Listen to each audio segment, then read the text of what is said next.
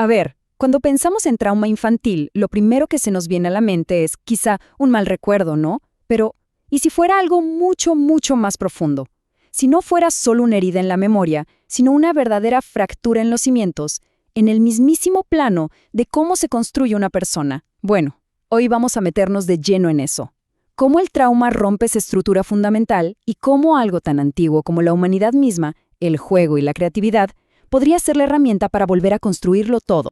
Y para entender todo esto, nuestra guía va a ser el trabajo de una pionera, Anne Bannister, y en especial su libro Terapias creativas con niños traumatizados.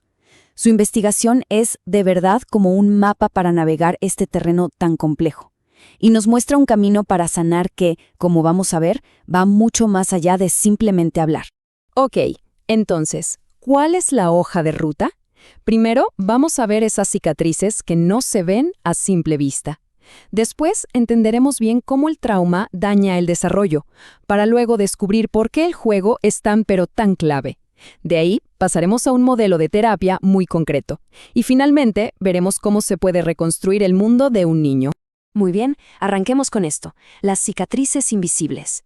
Porque el trauma en los primeros años de vida, va muchísimo más allá de un simple dolor psicológico. Para entenderlo de verdad, hay que verlo como una interrupción, como si se le pusiera pausa, o peor, se desviara por completo el proceso de cómo una niña o un niño aprende a ser una persona en este mundo.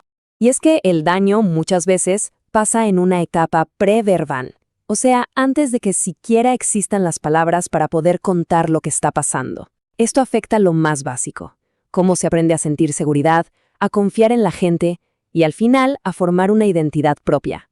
El tema no es que el desarrollo se pare en seco, no, es que se tuerce, se distorsiona desde la mismísima raíz.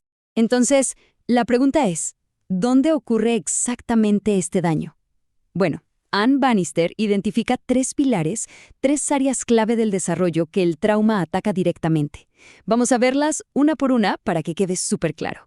El primer pilar, el apego. Pensemos en esa confianza básica, esa sensación de que el mundo es un lugar seguro. Bueno, el trauma y sobre todo el abuso hace añicos esa confianza, y muchas veces el abusador trabaja para debilitar los lazos del niño o la niña con otros adultos que podrían protegerle. Es un proceso que se conoce como grooming, y lo que busca es dejarlo totalmente aislado y dependiente. Segundo pilar, la identidad. A ver, si el mundo no es un lugar seguro, entonces, ¿quién soy yo en este mundo? Es muy común que el niño internalice la culpa. Para poder sobrevivir, a veces es más fácil creer, el malo soy yo, que aceptar la terrible verdad de que la persona que te cuida es peligrosa. Esto puede llevar a algo llamado disociación, como si la mente se desconectara del cuerpo para no sentir.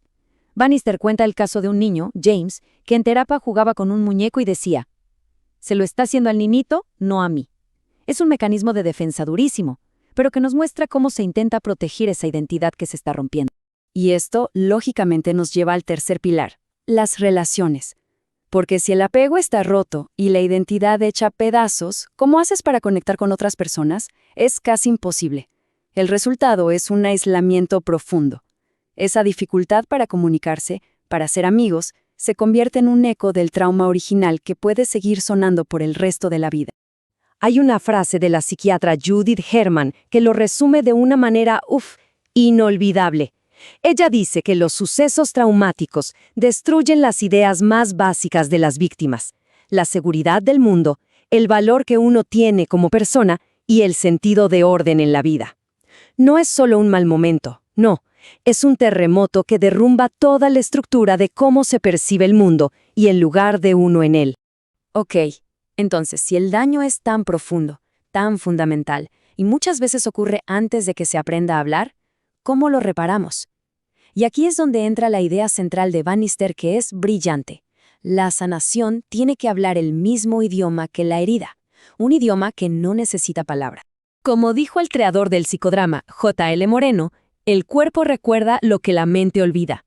Y esa es la clave de todo. El trauma no se guarda como una historia que puedes contar de principio a fin. Se graba en el cuerpo, en las sensaciones, en los reflejos.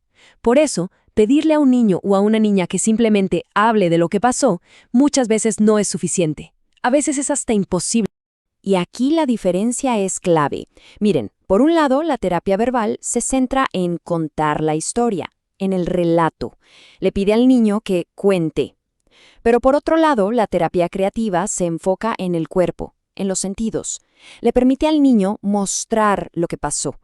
Es un cambio total de enfoque, uno que encaja perfectamente con cómo funciona el trauma infantil. Para entender cómo funciona esto, volvamos un segundo a Moreno. Él decía que aprendemos quiénes somos a través de 3 interacciones básicas con quienes nos cuidan. Primero, que dupliquen nuestros sentimientos para sentirnos entendidos. Segundo, que nos hagan de espejo con nuestras acciones, para vernos a nosotros mismos. Y tercero, que juguemos a invertir roles, para aprender a ponernos en el lugar del otro.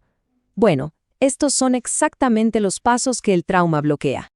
Y acá viene lo más increíble de todo. Otra experta, la dramaterapeuta Sue Jennings, se dio cuenta de que el juego de los niños de forma supernatural sigue estas mismas etapas. Primero, el juego con el cuerpo y los sentidos, arena, agua, lo que sea. Después, la proyección, usar muñecos o títeres para expresar lo que sienten. Y al final, el juego de roles, interactuar con otros. O sea, el juego ya trae de fábrica las herramientas precisas para reconstruir lo que el trauma rompió. Es fascinante. Bueno, y con toda esta base, Ann Bannister crea su propio método, el modelo regenerativo.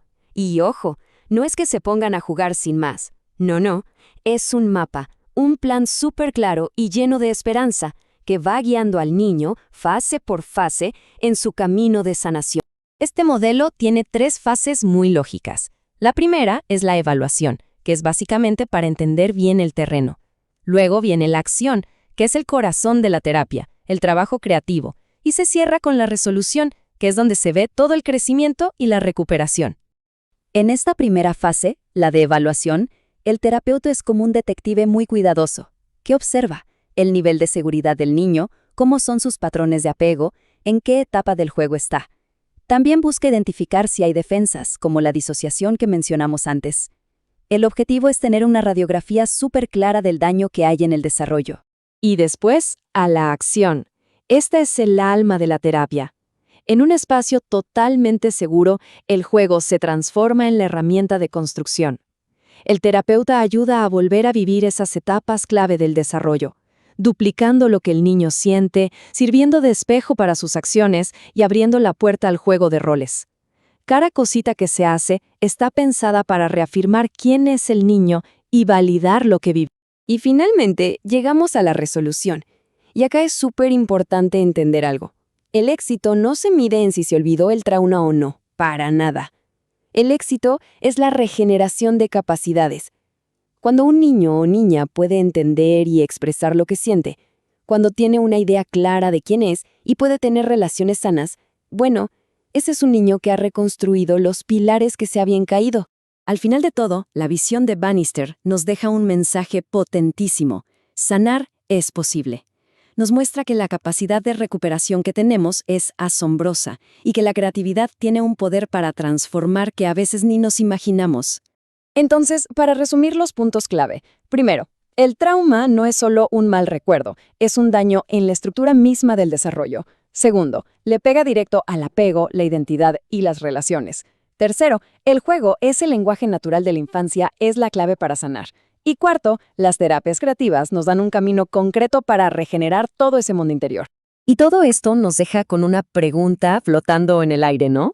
Si la creatividad tiene este poder increíble de reconstruir los cimientos de una persona, ¿cómo podemos, como sociedad, asegurarnos de que el juego, la seguridad y la libertad de expresión sea un derecho de verdad, un derecho innegociable para cada niño y cada niña?